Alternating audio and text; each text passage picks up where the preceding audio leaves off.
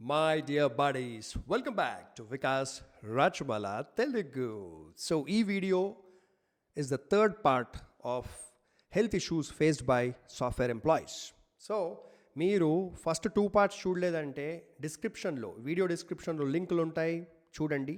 ఈ వీడియో అయిపోయిన తర్వాత చూడండి, లేకపోతే మన ఛానల్కి వెళ్ళి సింపుల్గా వీడియోస్లో చూడండి. Part 1, part 2. Part 1 blood circulation గురించి మాట్లాడుకున్నాము, పార్ట్ 2 వైటమిన్ డి గురించి మాట్లాడుకున్నాము, అండ్ పార్ట్ 3 ఇప్పుడు మనం మాట్లాడతాము.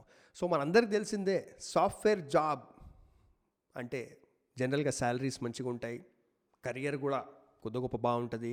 సో మనందరిలో జనరల్గా సాఫ్ట్వేర్ జాబ్ ఎవరికైతే ఉంటుంది వాళ్ళు కొద్ది గొప్ప మంచి లైఫ్ బ్రతుకుతుంటారు with regards to financial capability.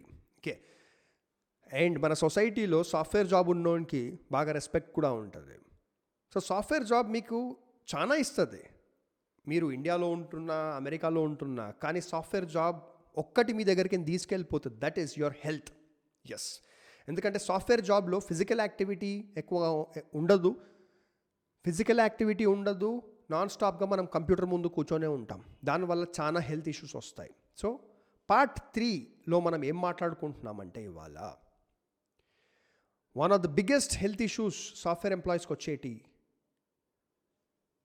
ఈ వర్డ్ వినండి, ఎర్గనామిక్స్ వల్ల. ఎర్గనామిక్స్ అంటే మన బాడీ పాస్చర్.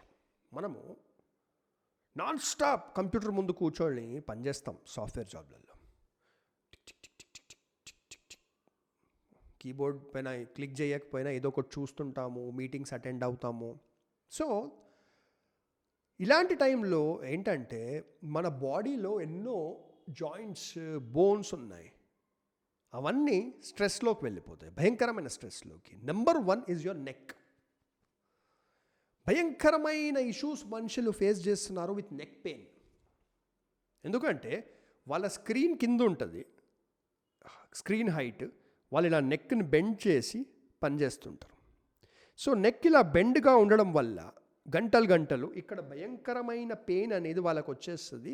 ఇక్కడ యాక్చువల్లీ జాయింట్స్ ఏవైతే ఉంటాయి కదా, ఆ జాయింట్స్ అరిగిపోతుంటాయి స్ట్రెస్ వల్ల.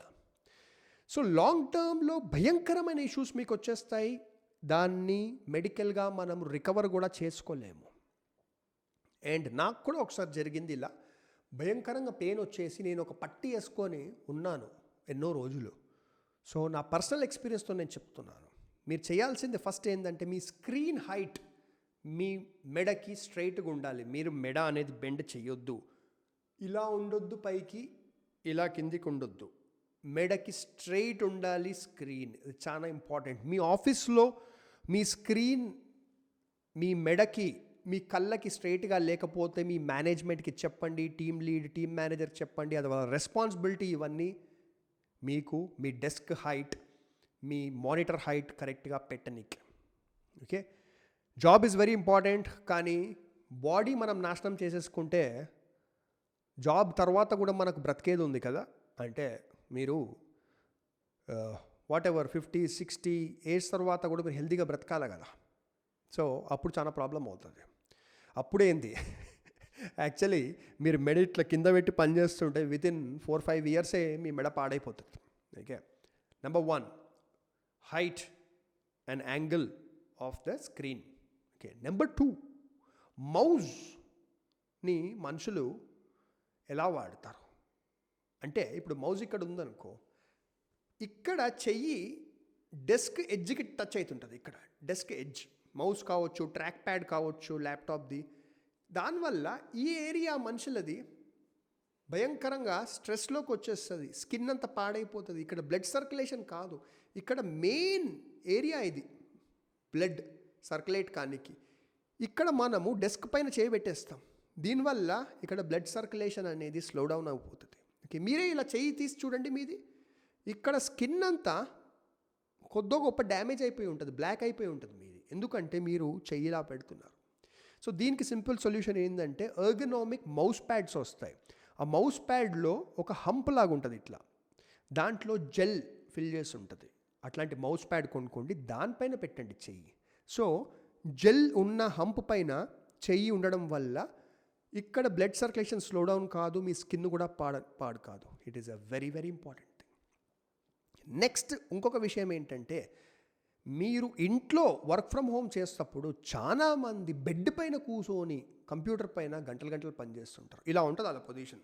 ఇలా అరే ప్లీజ్ బెడ్ పైన కూర్చొని పని చెయ్యకండి. ఏదో 10-15 నిమిషాలంటే వేరే మాట.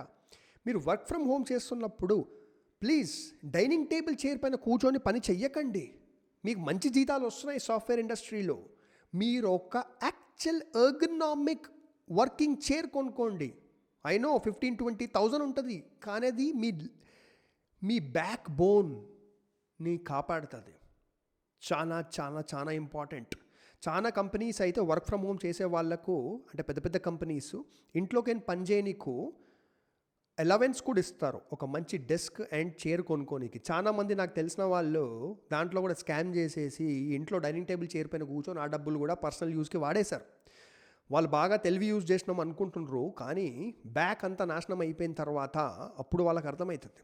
సో ప్లీజ్ ఒక ప్రాపర్ ప్రొఫెషనల్ వర్కింగ్ చైర్ కొనుక్కోండి, చాలా ఇంపార్టెంట్. అండ్ మీరు ఇంట్లోకి పని చేసేటప్పుడు ఒక స్టాండింగ్ డెస్క్ అనేది వస్తుంది. స్టాండింగ్ డెస్క్, కొన్ని డెస్క్లకు హైట్ అడ్జస్టబుల్ ఉంటుంది, అంటే కంప్యూటర్ పెట్టిన డెస్క్ ఎలక్ట్రిక్ మోటార్తో ఇట్లా పైకి లేస్తుంది. అది కొద్దిగా కాస్ట్లీ ఉంటుంది. అది కొనుక్కోలేకపోయినా స్టాండింగ్ డెస్క్, అంటే మనిషి నిలబడి పని చేసే నీకు హైట్ ఈక్వల్ ఉంటుంది అనమాట ఆ డెస్క్ది. అట్లాంటి డెస్క్ కొనుక్కోండి.